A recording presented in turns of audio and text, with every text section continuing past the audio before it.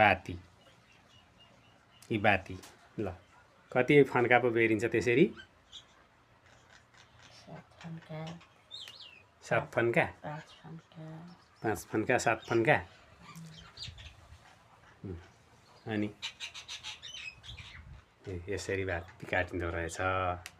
यो चाहिँ परम्परागत बाती काट्ने प्रविधि हातमा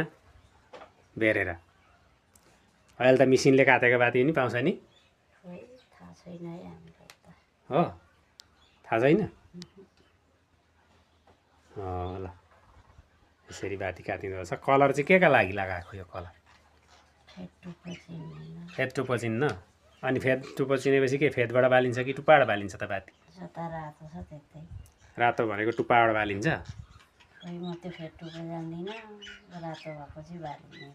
त्यसो गर्दा टुप्पातिरबाट बालिन्छ भन्ने मान्यता आफ्नो